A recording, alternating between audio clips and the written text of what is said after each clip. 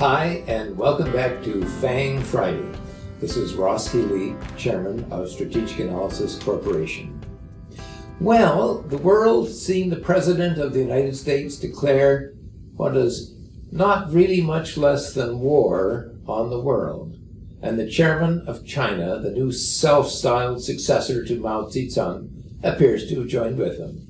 Remember, when elephants fight, it's the little guys that really get trampled. Anyway, the stock market does not seem to particularly like this, and as at the close of today, has carried the FANG stocks, all of the FANG stocks, to a critical juncture. Anyway, if a picture is worth 1,000 words, let's go and look at some pictures. Well, let's start off with my favorite stock, Amazon. And look at that, Amazon has pulled right back to its HB3 level. Now it's had a little bounce here at the end of the day, but it was right down to that level. And by the way, that is 16 times its price to book level. The company had good sales, although somewhat indifferent earnings. However, I think we have to remember that this company can probably report almost anything that it wants. Last December, okay, remember that? It did not quite make its HB2 downside target. Now, I would suggest that if the HB3 level does not hold this time around, we're probably going to get there. But before that happens, we've got to see a break, and so far we haven't. The nice thing about Amazon is that, just by standing still, the growth rate of the balance sheet is giving you 30% plus per annum.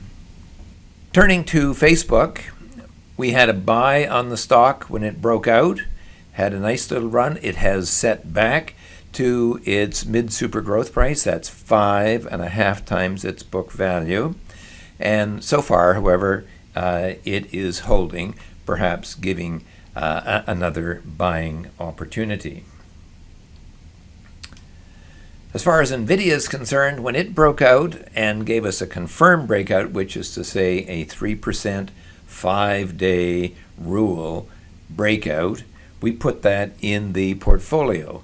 As of today, however, the stock is set back to the HB1 and actually was below that today. So we're going to have to see if there's a rally in the market next week, if the stock can be pulled back on side again. As far as Netflix is concerned, we have not liked the stock for some while. We have been looking at the fundamentals of the company, and we have seen them kind of steadily deteriorate. So this gap that we saw just a little while ago on their earnings really came as no particular surprise. The stock did try to scramble back on side, but it subsequently, as we actually thought would happen, has fallen below the HB4 level again. That's 20 times book value. The underlying value, the fair market value, remains very, very poor, and I have shown you in the past just how badly Netflix can act if it gets into a full-fledged bear market. As far as Alphabet's concerned, it had that really nice little jump on what were pretty nice earnings, but in the last couple of days, it's given back quite a bit of that. This is the slowest growing of the FANG stocks, and we had been perhaps hoping unduly, but we've been hoping for a pullback to the super growth price. That's 3.5 times book value, a very, very powerful and very critical level where we would have expected a nice rebound in the price. Apple, well, look at Apple. It sort of looked as if it was tearing off after bouncing off its bubble price. The bubble price, by the way, is 7.4 times book value, but just as quickly fell right back down below that level. Not terribly surprising.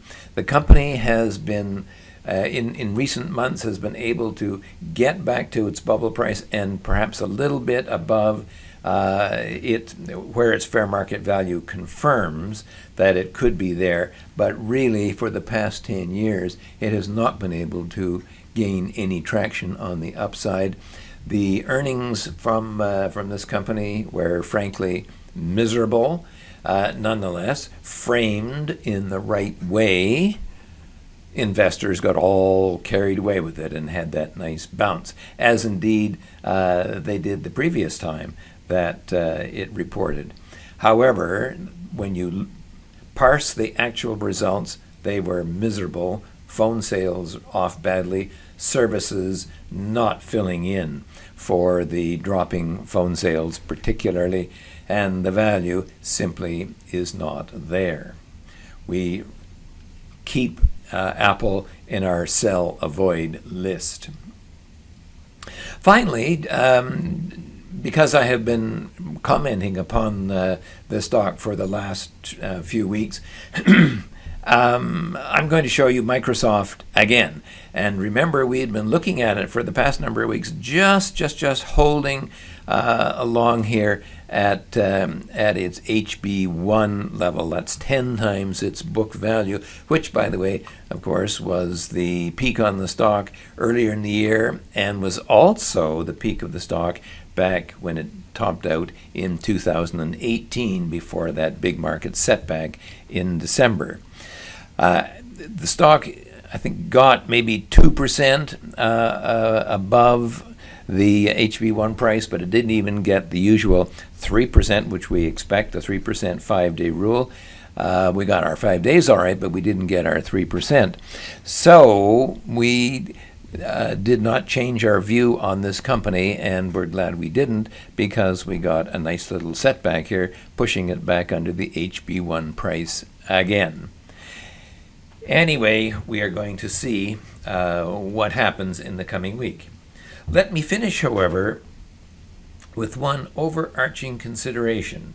None of these stocks represent value in any meaningful sense.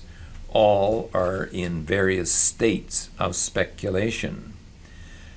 Now, to equal or exceed the popular averages, of course, you must own at least some of these stocks, unless or until there is a market setback of some dimensions, in which case all will underperform the key averages. Well, you've seen what things look like. After 4 months of FANG Fridays, I think that you all get the picture.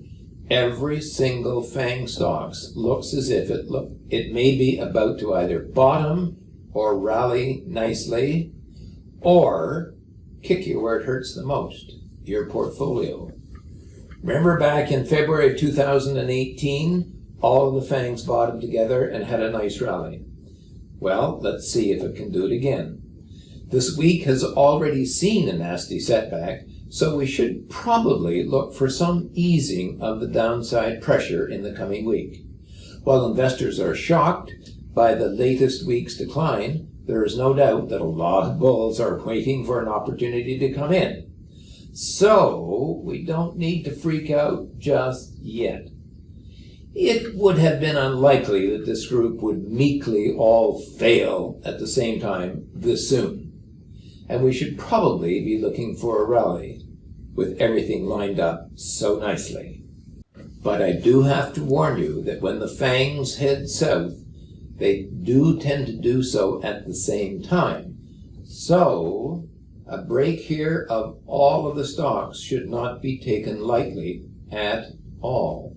If the FANGs do not hold now, then extreme caution would be advised. Anyway, coming up is going to be one very interesting week. This is Ross Healy, Chairman of Strategic Analysis, reminding you that nothing, including investing, is difficult if you have the right tools. Next week, by the way, I'm going to be appearing on BNN on Thursday at 6 p.m. So, one way or another, I'm going to see you next week, either on BNN or here. Have a good one.